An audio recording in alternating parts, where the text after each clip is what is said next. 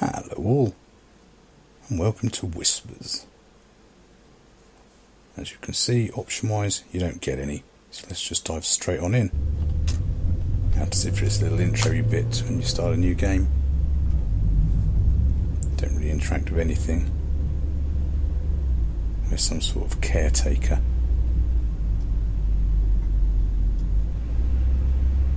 Looking after people's houses. And yes, it's Russian.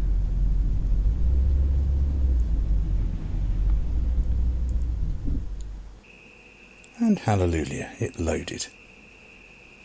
You see, this is another game, information-wise, it's just your controls, which as I mentioned earlier, can't be bind or do anything with it. This is another game built on the first-person shooter creator engine. So that means lots and lots of crashes. Especially loading in and out of levels. A lot of your playtime will be just replaying parts you played earlier because the game crashed when you loaded the next level. Something that plagues pretty much almost every game built on that engine. You can rotate things, some things you can pick up and rotate, sometimes they have little clues on there. There are attempts at puzzles, but puzzles in the loosest sense of the word, really. So yeah, it's another one of those when you're walking around a house, spooky sounds and bits drop off walls and things like that to try and make you jump. And so being its FPS shooter creator, graphics are about 10 years behind the time. Although graphics do not make a game, of course, I appreciate that. It is just the sheer amount of crashes that you're likely to get, well, you will get playing this game. So, let's see if we get lucky this time. Gosh, 2 load screens in a row. Mr. Johnson left a set of rules in the house, I need to find them. If we've worked from him before, I'm pretty sure we'd know what the rules are.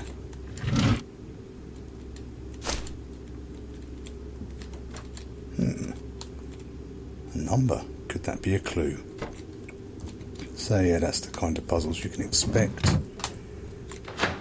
So you know the drill, walk around, do a few things, time advances, walk around, do a few more things, time advances.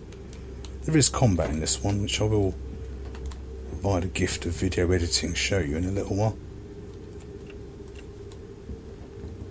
But it's certainly, it's just your typical FPS shooter creator Russian horror game, because there's so few of those on Steam. See, what was that even in aid of? I have no idea if that was supposed to make me jump or...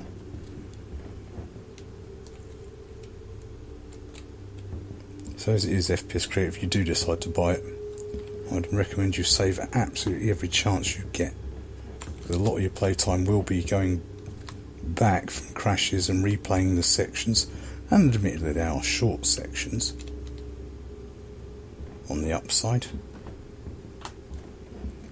but it is still very annoying, and this game will crash a lot. Even just trying to record the footage here, sometimes starting the video recording software crashed it. Accept parcels, I think they meant accept parcels. Another photo. Another clue. Well, it would be. They tell you how to solve it here. For superintendent, if something happens, the safe code can be found on the photos. ... plus ... equals ... So that's the level of puzzle solving.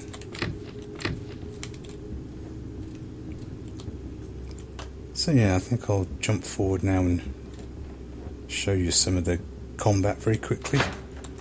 And we can quickly jump to a conclusion with this.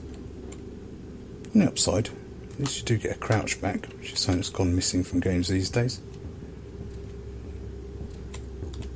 But yeah, so nothing too outstanding. There is as you see, the odd note around for the story. Oh, how creepy.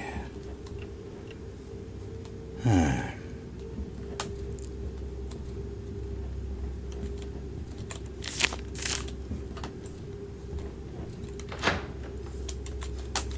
so I think we'll jump forward to the combat. So here we are a bit later on in the game. Let's give us a chance to see the combat. It took multiple attempts to get this far because of the amount of crashes. As I said, FPS shooter creator engine. Expect that a lot. So yes, we're actually very much near the end of the game now. There was a bug there as well. When you finally end out, you'll get a little cutscene. There's the enemies. Sit down. Yeah, you'll get a little cutscene. The only way I found to exit it is to actually close it using Task Manager. The game bugs out trying to even finish the game. So yeah, it's an FPS shooter creator horror game that you've played hundreds of already, probably. If you've see it cheap on a sale or a bundle, it's not a terrible game as such. Apart from the constant crashes, which is an engine limitation rather than anything else. But it's certainly not one you really need to add to your collection. It's certainly not a must play by any stretch of the imagination. So I think we'll conclude our dealings here, gang. Can't really say much more to this game than that. Slow, lethargic pacing, uglyish graphics, not bad sounds again, at least it gets that right. With some shooting, although not very exciting shooting mechanics. Some, as you see, choppy performance in some areas, dull lighting. Worth it on a bundle of it, or if you find it like under £1, which I think is roughly 2 of those US dollars. If you find it for under that sort of price range, yeah, it's probably worth a little punt then if you're in the mood for a cheap short horror. If you can live with the constant crashes and reloading. So anyway all, don't forget to like, comment, subscribe and let me know you're alive.